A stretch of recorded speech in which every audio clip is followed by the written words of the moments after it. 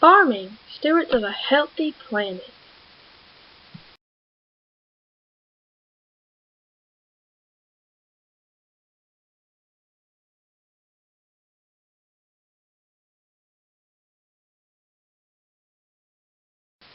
Enhancing animal and plant health. Air, water, soil, plants, and animals are all part of a healthy ecosystem.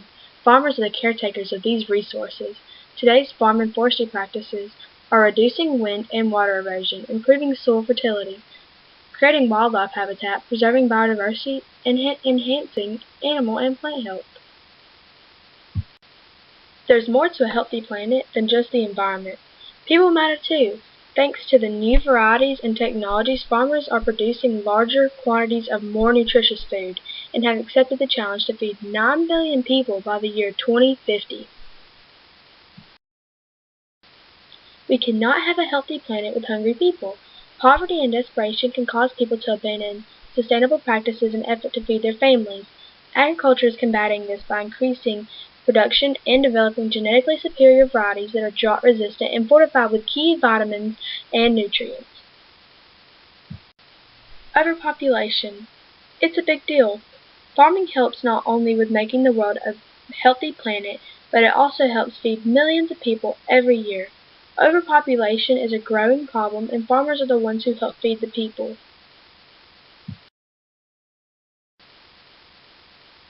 I'd rather be on my farm and be the emperor of the world.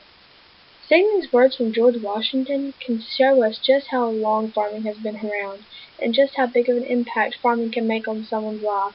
Farming is important. Farming has been around for centuries. It is very important. Without farming, the world would simply just not be the same as it is today. Be thankful.